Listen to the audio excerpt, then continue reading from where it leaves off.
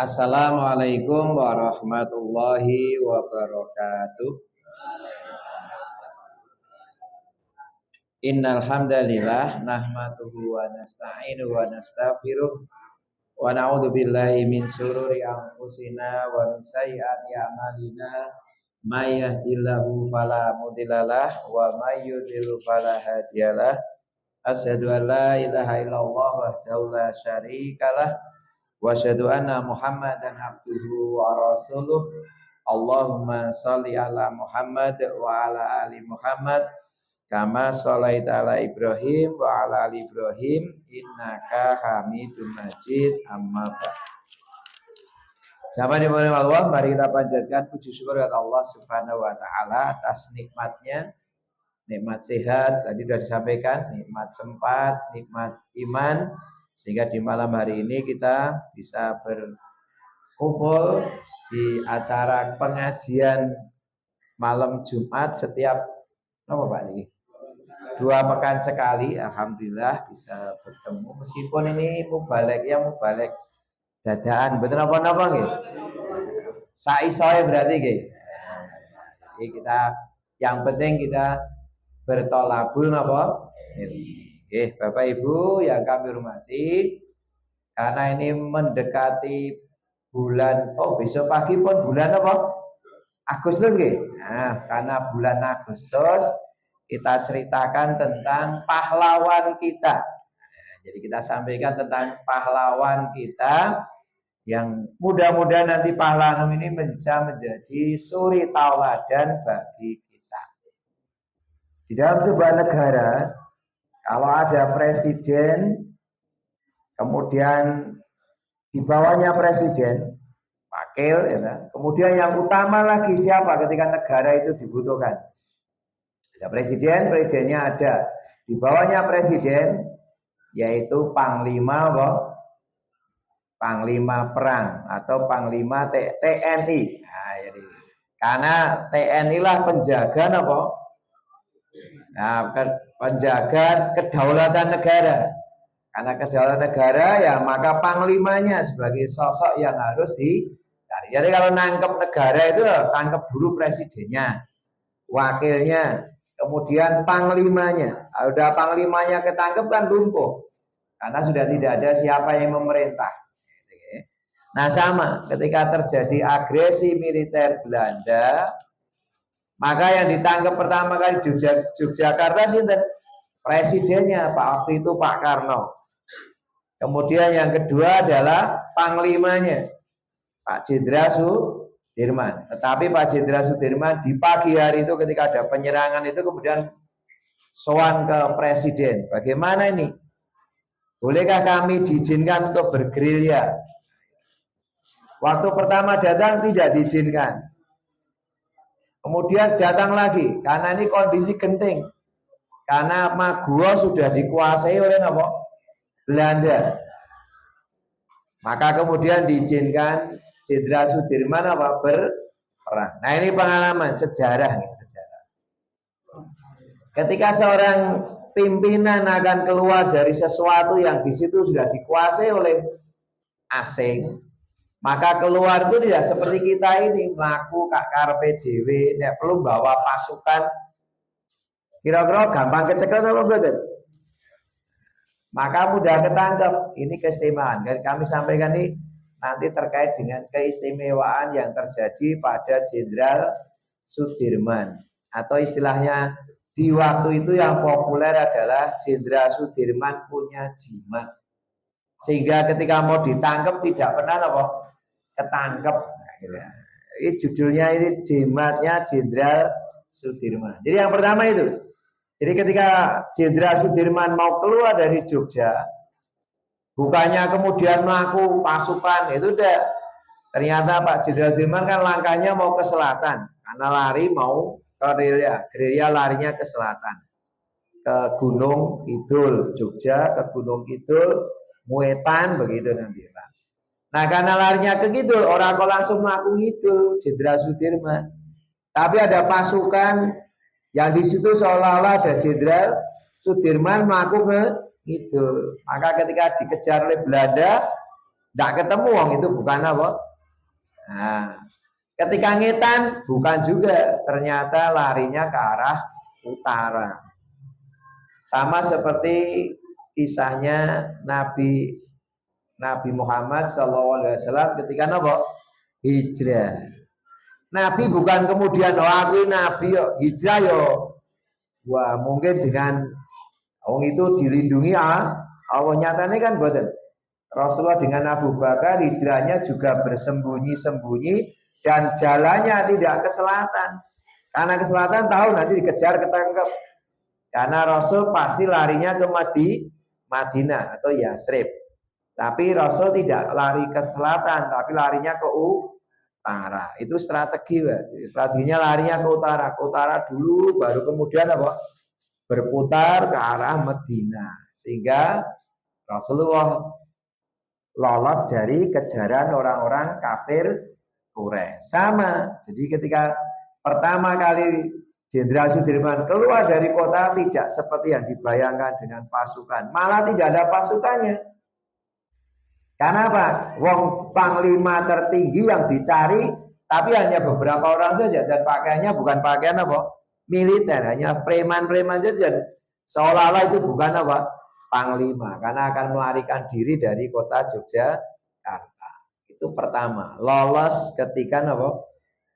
Dikejar oleh Belanda.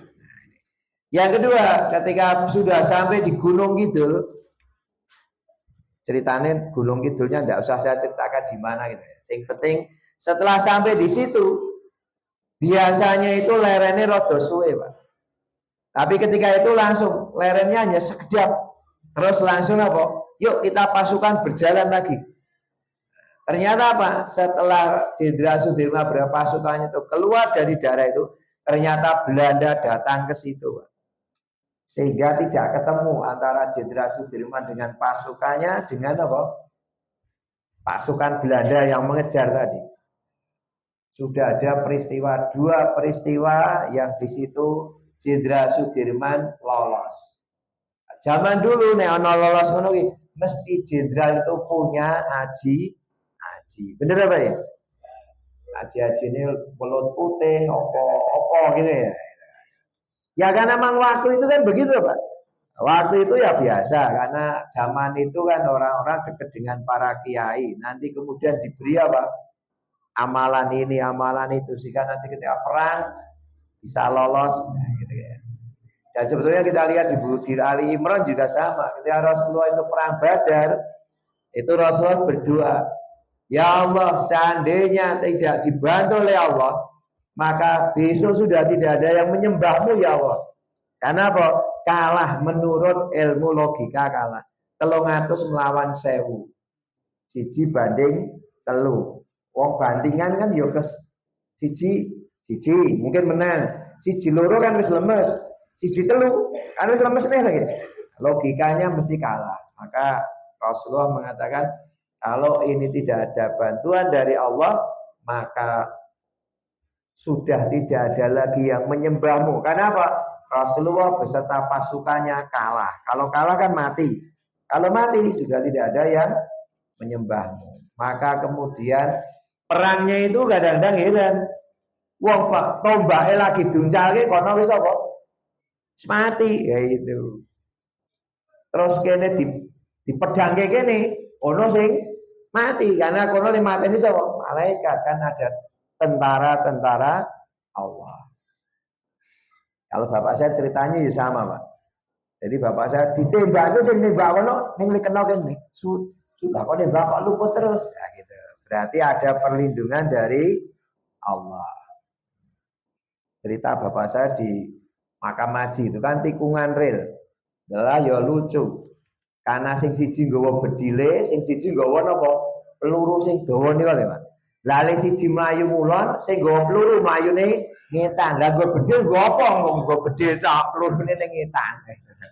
Karena wis baca ning rel ditembak Belanda sing siji mlayu mulon, siji mlayu. Lah terus pripun, Pak? Ya wis pokoke nggo bedil rono mlayu rono, sing kono mlayu rono. Sing penting selamat semuanya. Itu berkat pertolongan Allah Subhanahu wa taala. Nek wis ketembak ya berarti aku ra enek lain kula, Pak ya. Karena sudah sejarahnya berubah, bapaknya tidak ada, berarti tidak lahir saya lagi. Nah, itu berarti sejarah. Itu yang kedua. Jadi yang kedua, kenapa kok bisa lolos? Padahal biasanya itu istirahatnya lama, memulihkan tenaga, baru apa? Berjalan. Tapi kok tiba-tiba apa? Langsung berjalan. Kemudian berikutnya yang ketiga di daerah Wonogiri. Wonogiri ke sana. Di daerah, kalau di sini di daerah Nganjuk. Ngetan meneh berarti Pak ya.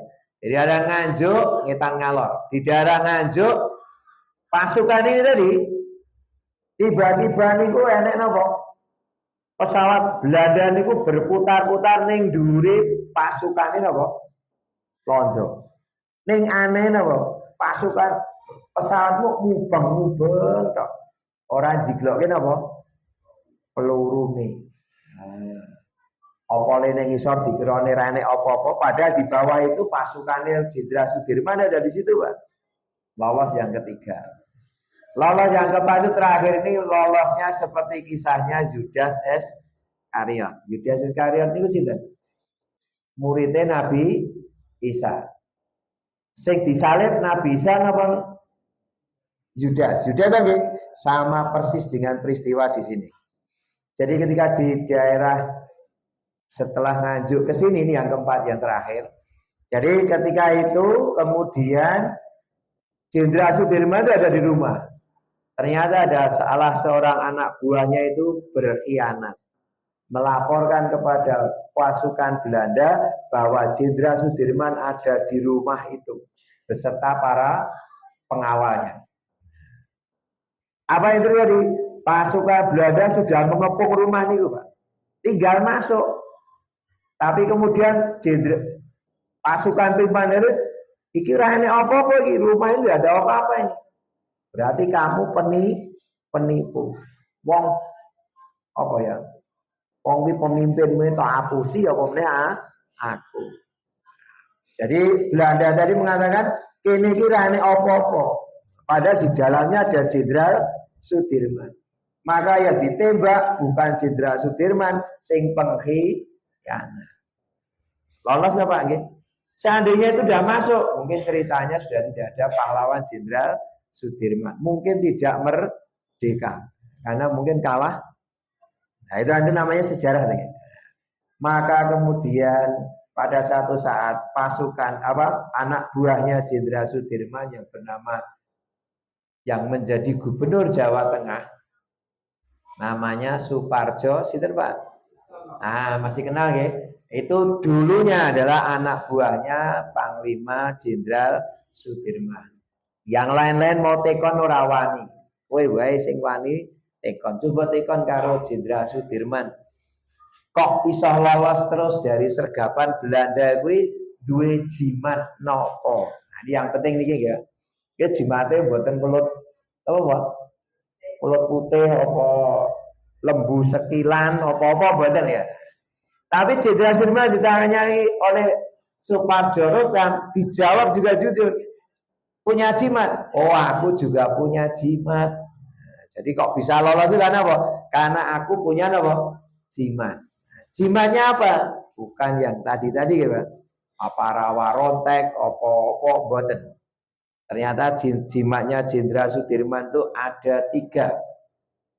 1, yaitu menjaga wudhu.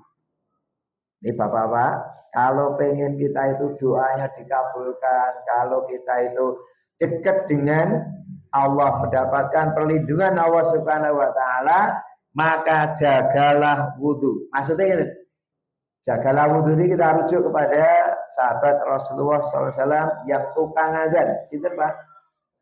Bilal. Bilal itu kalau batal wudhunya langsung apa? Wudhu.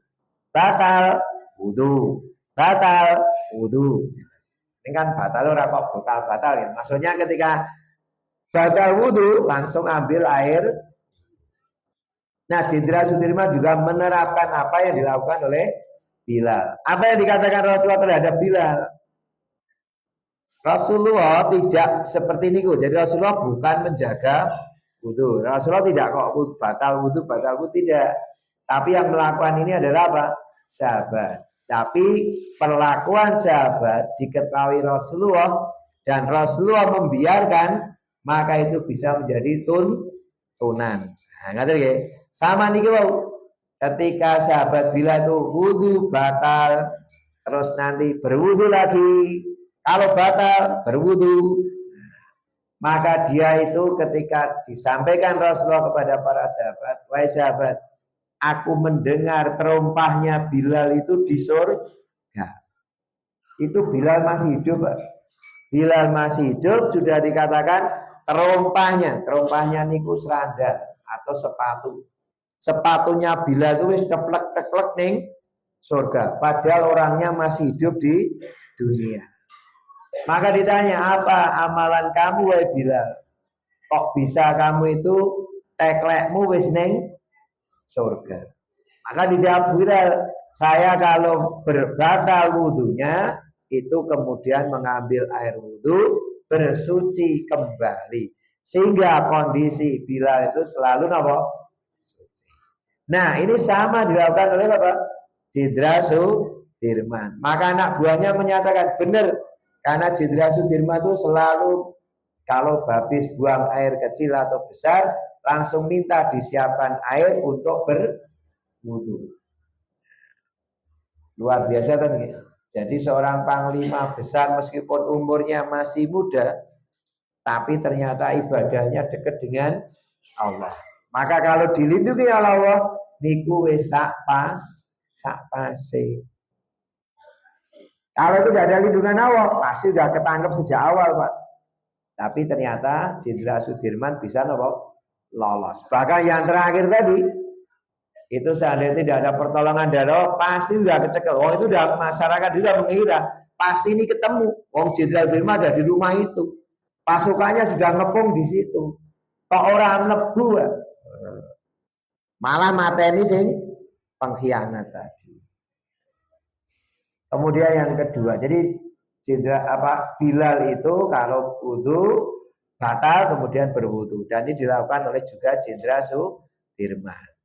Cuma yang kedua, biasa setelah berwudu, Bilal ini melaksanakan sholat 2 rakaat.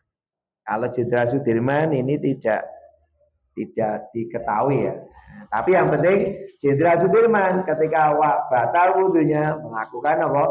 Wudu. Itu yang pertama. Yang kedua yang dilakukan oleh Jenderal Sudirman, jimat yang kedua, sholat di awal waktu. Meskipun sholat itu boleh pada waktunya, betul nggih? Sholat pada waktunya. Pada waktunya itu waktunya sholat.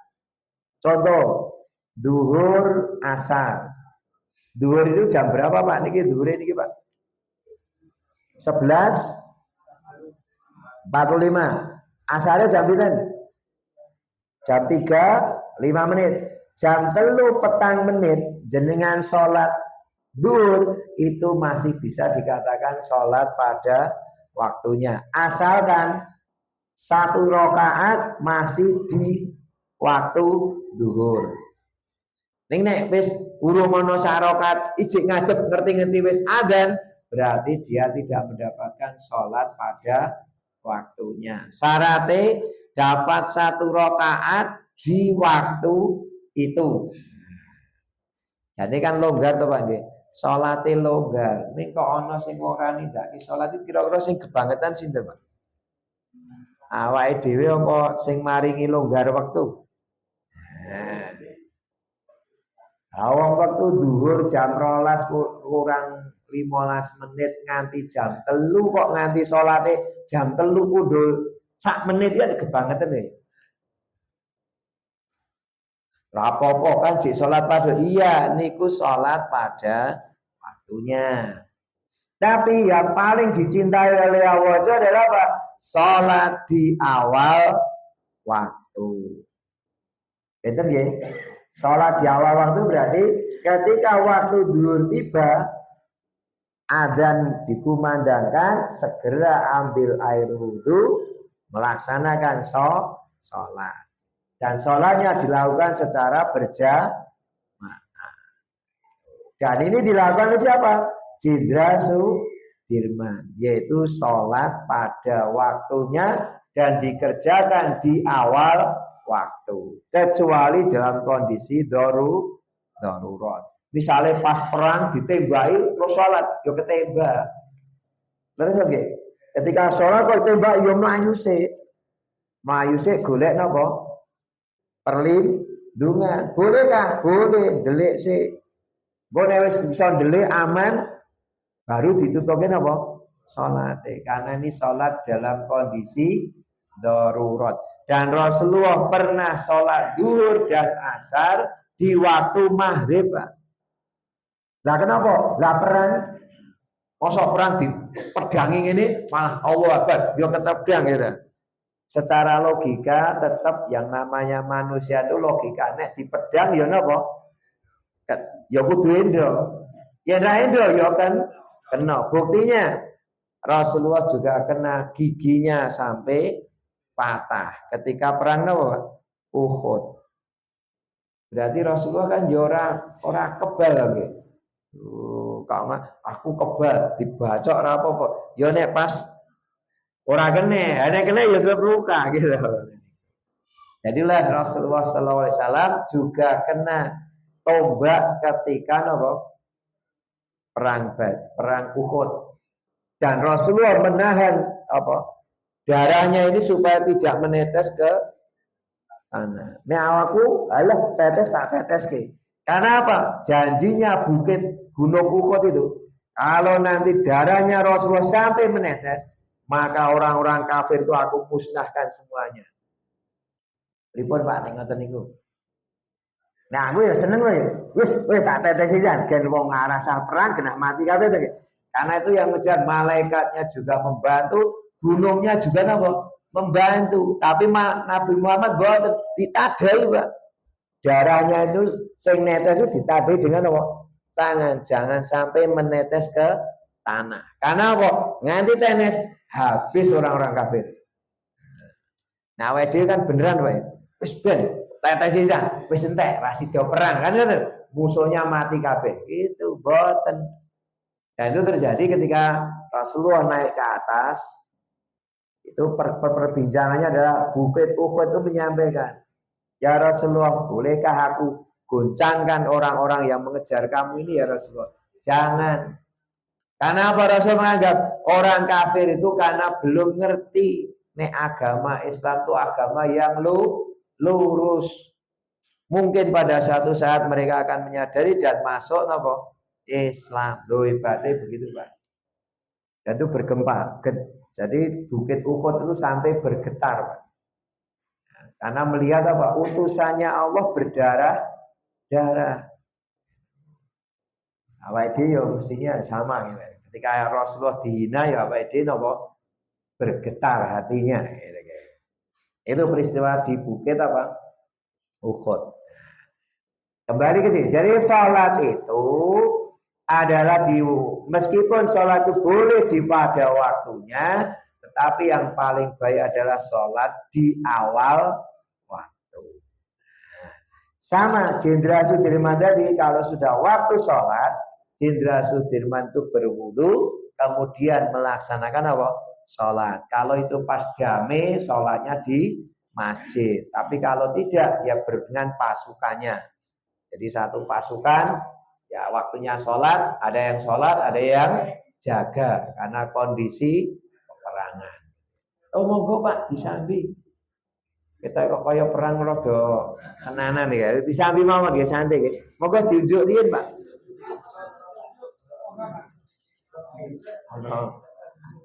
Air putih enak apa sih? Air putih saja. Betul apa tuh ya? Mau balik jalur air putih betul ya. Jadi kembali sama tadi yang saya cerita. Jadi Rasulullah pernah sholat duhur asar di waktu maghrib. Karena apa? Itu peperangan dan Rasulullah bisa sholatnya di waktu maghrib. Kenapa maghrib bisa?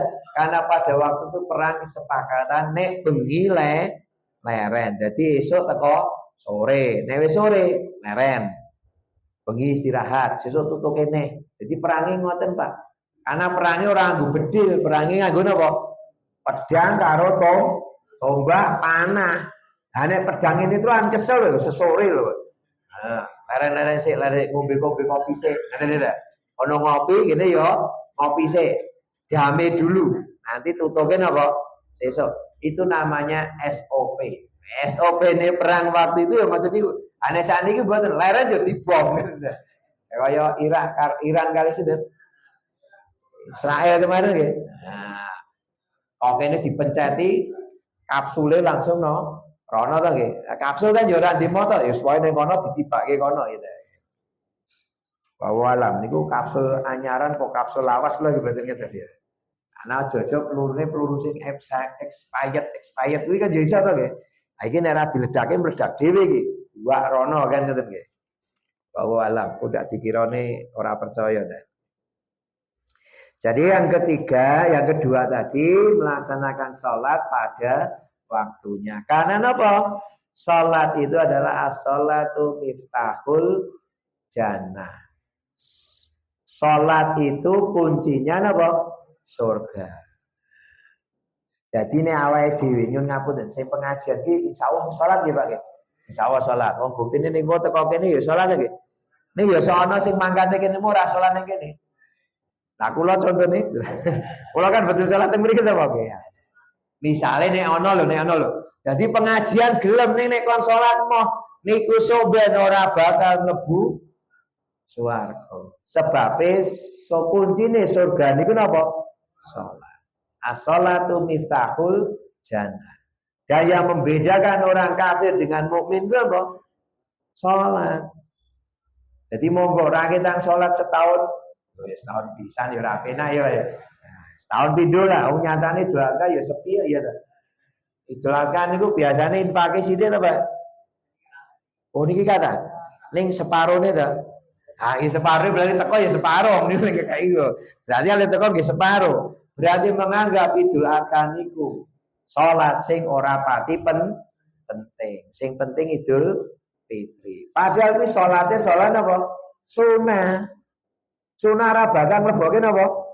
Swarga. Sing mleboke swarga niku salat apa? Wajib. Meskipun salat Idul Fitri, Idul Adha ora salat wajib, ora dikuncine, Pak. Wong salat sunah niku hanya membantu salat wajib. Sing penting itu wajib, Pak. Nggih, matur nuwun. Kadangmu balik ke dhuwur, Pak. Nah, kalau yo urung siap-siap ngerti iki ditelepon yo langsung mriki. Delalah niki pekan kosong Pak nek malam Jumat pekan kedua. Monggo Pak tunjukin nggih.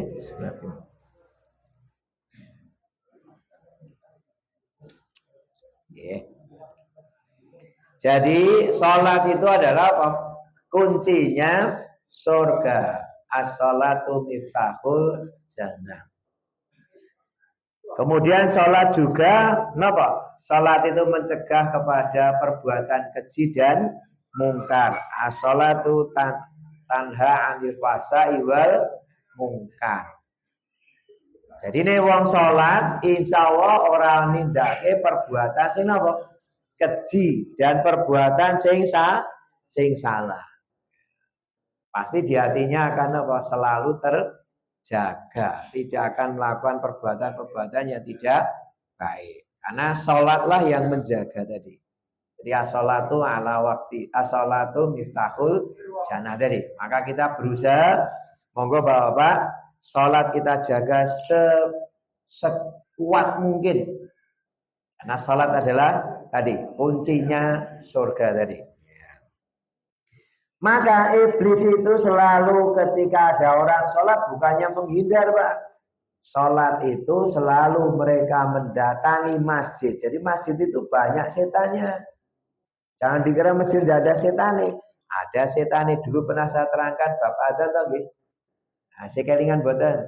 Ketika ada dikumandangkan, maka iblis itu lari sambil terbirit-birit. Nek wong terkencing-kencing, terkencing ora iso nggih, Pak. Masa mlayu karo kepoyo-poyo ora iso nggih, Pak. Nek wis leren lagi kepoyo ora mungkin nguyu karo mlayu mboten mungkin. Ya sing bener ya mau birit-birit, lari karo pokoke wedi. Jadi mlayune niku kanthi napa? Ketakutan. Niku setan ketika krungu napa? Adzan. Mulane adzan mikir iki dunekke gon krungu kabeh. Nek perlu horene juga ini napa? Dhuwur. Ora mung rong penjuru, petang penjuru. Setane nek sing setan kono ya mlayu rono, sing rono mlayu rono, kono rono ngoten nggih. Supaya mlayu adoh. Karena napa? Engko nek wis rampung adzan, setane biasa trene meneh. Mula nek sing do ning masjid, ini nek ibu-ibu, nek bapak-bapak, biasanya ibu-ibu langsung mlebu masjid itu. Nek bapak-bapak mboten do tengok-tengok ning jaba kono kae. Nah, kuwi berarti diadang-adang sapa? Setan. Di setan sing mlayu moto ning kono nyegati. Ning kene wae. Ning kene ngisor wit ISIS.